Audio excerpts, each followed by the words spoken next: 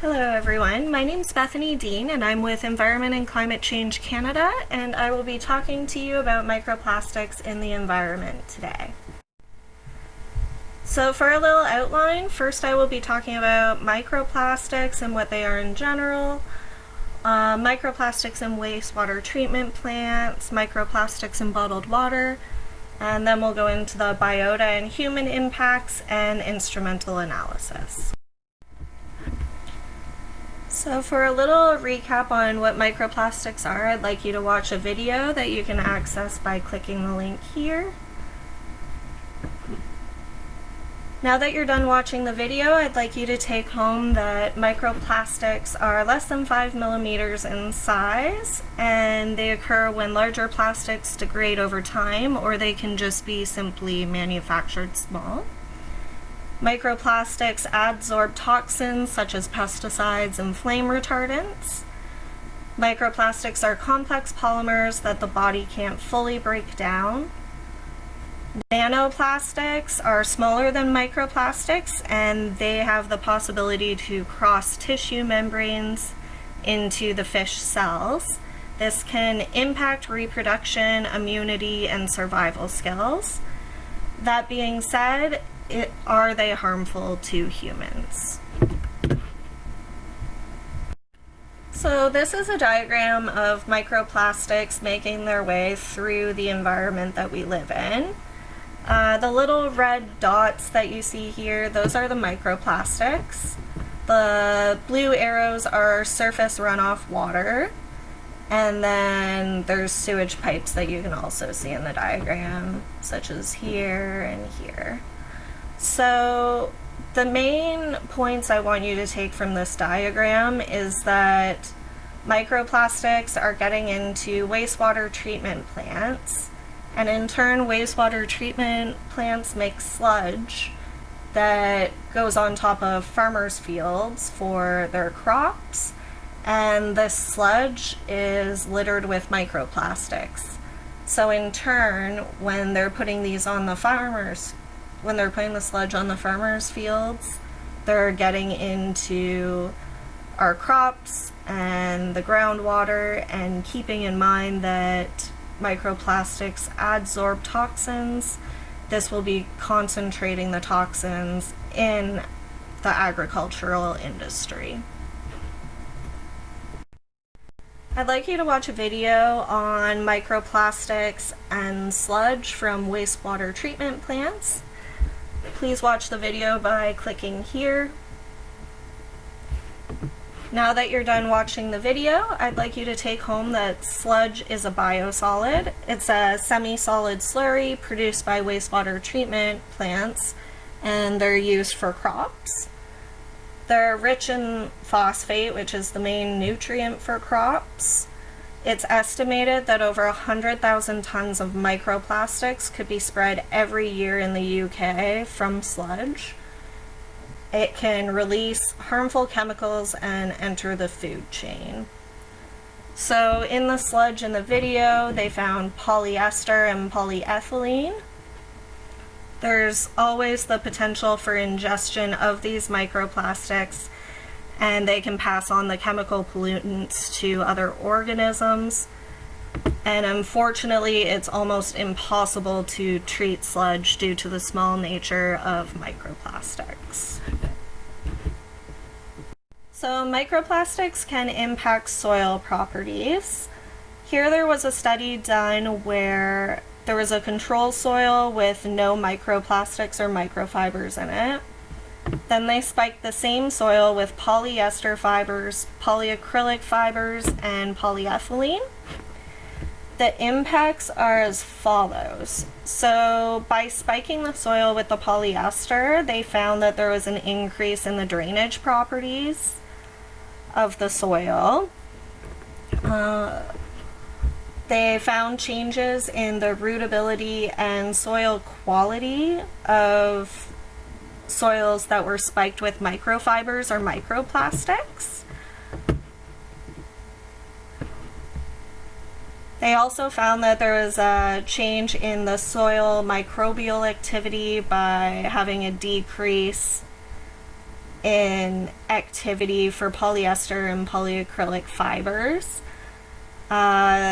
This can impact the organic decay in the soil, which provides nutrients to the soil. So on to microplastics in bottled water. I would like you to watch a video by clicking on the link here. Now that you're done watching the video, I'd like you to take home that 93% of the bottles had microplastics in it. Less microplastics were found in the tap water as opposed to bottled water, likely because of the progressive filtering processes in tap water. Most of the plastic that was found was the same composition as the bottle caps. So when you're breaking the seal, that could be how the microplastics are getting into the water. They're finding very small microplastics in the bottled water that could get into the bloodstream. And again, we already know now that microplastics adsorb chemicals that can be harmful to your body. Here is a little diagram reviewing the 93% of bottled water that had microplastics in it, and here's all the brand names, so you can compare all the different waters and how many different microplastics they had in it. Building on microplastics in bottled water, there was a Canadian study done, and I'd like you to watch a video that recaps it right here, and please start the video at 9 minutes. Now that you're done watching the video, I'd like you to take home that different microscopy techniques are used to isolate and analyze the plastic type. 30 out of the 50 bottles had microplastics in it. They even found microplastics in glass bottles, but at lower levels than the plastic bottles. This could be from microplastics being suspended in the air, or perhaps from the bottling process. They found rayon and polyethylene in the bottles, and building on how this can impact the environment, they found that after 2 months of exposure to microplastics that were greater than 150 microns in size, they found liver toxicity in fish. On to microplastics and the impacts on biota and humans. I'd like you to watch another video by clicking the link here, and please start it at 4 minutes and 15 seconds. Now that you're done watching the video, I'd like you to take home that by 2050, plastic may outweigh the fish in the ocean. Many animals starve with stomachs full of indigestible plastic. 51 trillion pieces of microplastics are estimated to be in the oceans, and those are later swallowed by marine life. Again, chemicals are added to plastic. BPA is one of those chemicals that makes plastic bottles transparent, but it is found to interfere with testosterone levels. And it was found that 93% of people have BPA in their urine. DEHP is another chemical added to plastic to make it more flexible, but it's found that it can cause cancer. Again, these chemicals travel up the food chain from zooplankton eating them, and then having small fish, oysters, and crabs eat the zooplankton. Those larger fish are eaten by predatory fish, and eventually those fish end up on our plates. Honey, sea salt, beer, tap water, and household dust are all found to have microplastics in them. This has led to a lot of regrettable substitutions. For instance, plastic bags have less of a carbon footprint than making reusable cotton bags, and you'd have to use that cotton bag 7,100 times before it has a lower impact on the environment. And also 90% of plastic pollution originates from 10 main rivers in Asia and Africa, but the garbage infrastructure cannot keep up with the new waste. So on to the impacts of microplastics and biota in humans. Obviously, animals can ingest the plastic. Here is a picture of a seabird with a stomach full of microplastics. The seabird likely died from starvation because it had a full stomach, but its body couldn't use any of the nutrients and further diluted all the nutrients in the bird. And you can also have trophic transfer of microplastics.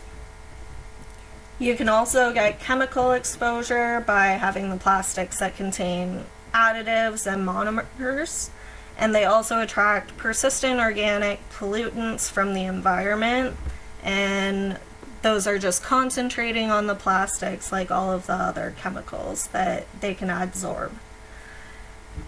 And obviously there's entanglement.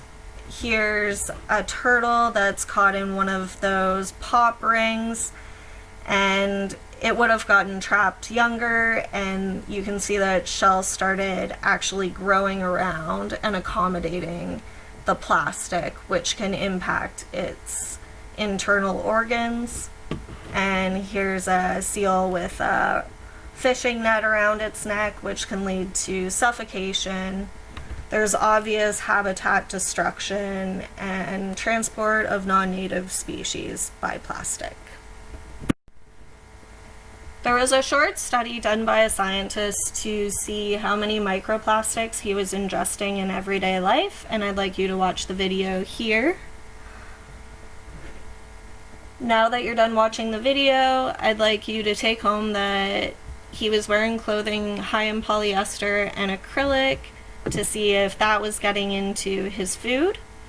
Polystyrene, polyester, and acrylic were found in the samples. The polyester and acrylic were probably from his clothing, and the polystyrene could have been from the takeout containers. And we're left wondering what the health implications are. So, if you have microplastics that are less than 100 microns in size, which is about the width of a human hair, this size of particle can cross tissue membranes and get into the GI tract. They can also be carried through the bloodstream and can become lodged in the liver and kidneys and could somehow end up in the brain. Each piece of plastic has likely adsorbed chemicals that can act as endocrine disruptors. So now that we know a lot about microplastics in the environment and some of the impacts it can have on humans and biota, I'd like to talk to you a little bit about microplastic identification equipment. This includes fluorescent microscopy, laser direct infrared chemical imaging systems, Fourier transform, infrared spectroscopy, and Raman spectroscopy. One way to pick out microplastics is by treating the samples with a Nile red dye. This in turn will fluoresce under a fluorescence microscope. And here's a little video showing a microplastic fragment here and switching from a green excitation filter to a blue excitation filter here.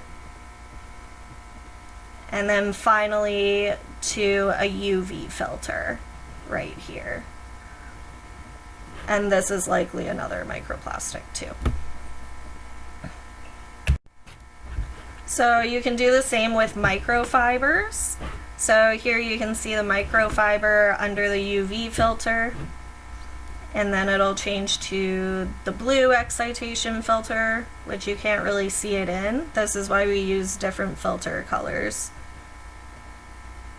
And then here is the green excitation filter, and you can kind of see it when it's treated with that one.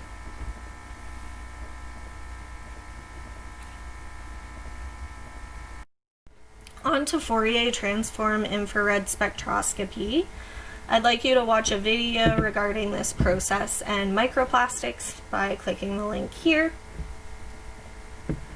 Now that you're done watching the video, I'd like you to take home that you load the sample, you collect the background chemical spectra. of the filter, and then you use that to subtract from the particle spectra. You can navigate to a particle of interest and collect the infrared spectra. And the analysis speed depends on resolution and the number of scans. The absorbance image with different colors correspond to different regions of interest. You can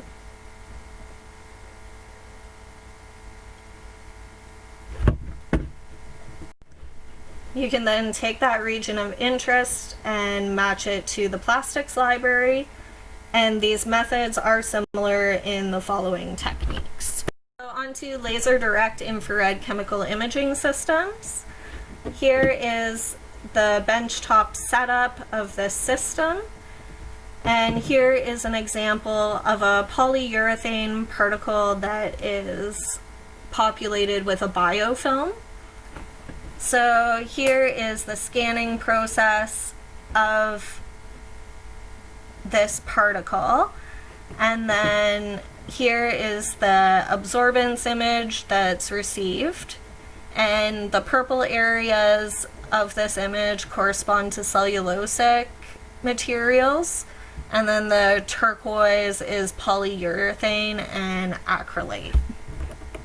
Onto infrared and Raman spectroscopy.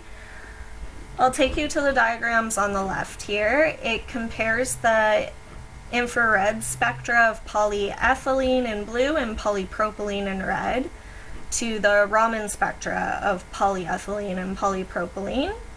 You can see that the spectras look kind of similar just on first glance. However, the different peaks at different wave numbers for the IR spectra or the Raman shift in the Raman spectra can be a little bit different. So here you can see this peak that's right here in the polypropylene. It's also in polyethylene for the Raman spectra. However, this peak is lacking in the infrared spectra. And then here you can see another peak that's in the IR spectra, but it's not located in the Raman spectras. So even though they look similar, they are a little bit different of processes. And there's a couple other peaks that are different.